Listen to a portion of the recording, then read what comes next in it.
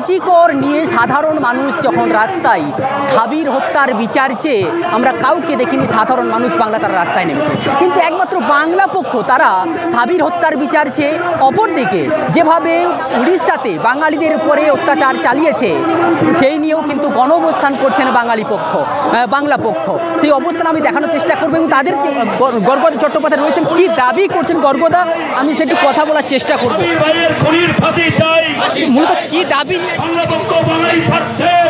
বাংলার মধ্যে বাঙালি ডাক্তার বোন তিলোত্তমা ধর্ষণ এবং খুন হলো এবং অভিযুক্ত এখনো পর্যন্ত একমাত্র সে বহিরাগত, সে বাঙালি না, তার মাতৃভাষা বাংলা না, হিন্দি, সঞ্জয় রায়। আবার তারপরের সপ্তাহে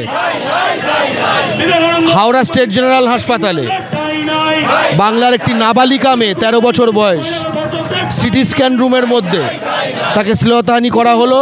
মুখ খুললে ইঞ্জেকশন দিয়ে দেওয়া হবে বলল। কে? মেডিকেল ল্যাব টেকনোলজিস্ট, সিটি স্ক্যানে কাজ করে, মানে বাঙালির পয়সায় মাইনে পায়।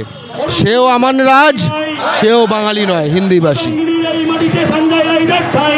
তারপরে আমরা দেখলাম এই পরপর ঘটে যাচ্ছে আইটিসি রয়্যাল, বড় বিলাসবহুল হোটেল, সেখানে বাঙালি নারীকে শ্লীলতাহানি করা হলো।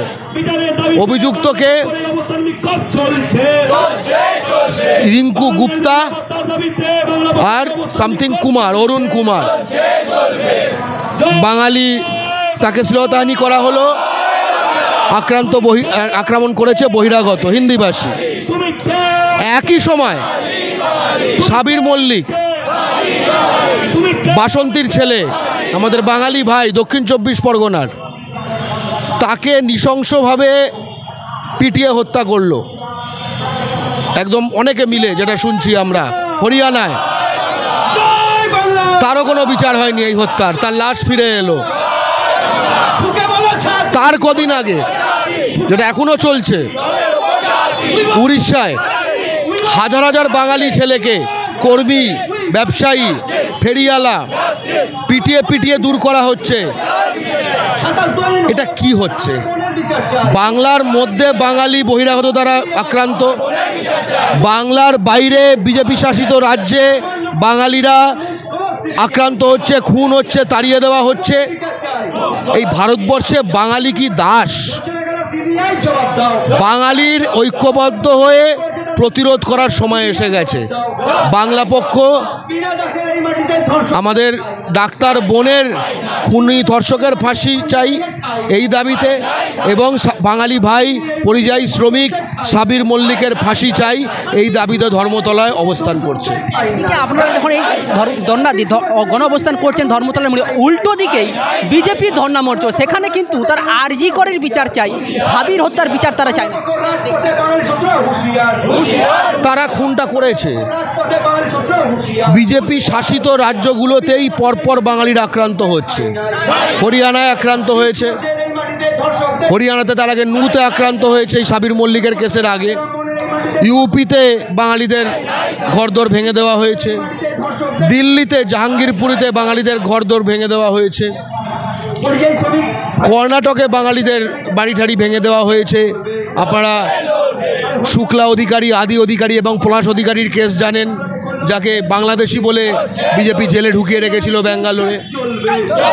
আসামে বাঙালি খেদানো হচ্ছে, উড়িষ্যায় বাঙালিদের পিটিয়ে পিটিয়ে তাড়ানো হচ্ছে। একটাই কমন জিনিস, সব জায়গায় বিজেপি সরকার, বিজেপি বাঙালিকে খেদাচ্ছে।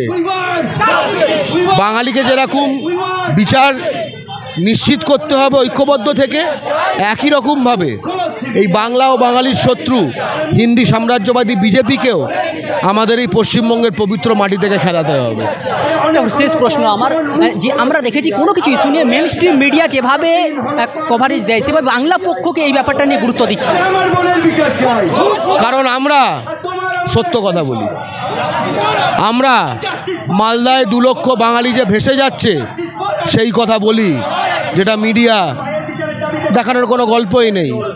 শহর থেকে দূরে গরিব মানুষ, গরু বাছুর ভেসে যাক, বাড়ি ভেসে যাক, প্লাস গঙ্গা ভাঙনের ফলে হয়েছে গঙ্গা ভাঙন রোধ করার সাংবিধানিক দায়িত্ব কেন্দ্রীয় সরকারের, অর্থাৎ বিজেপির।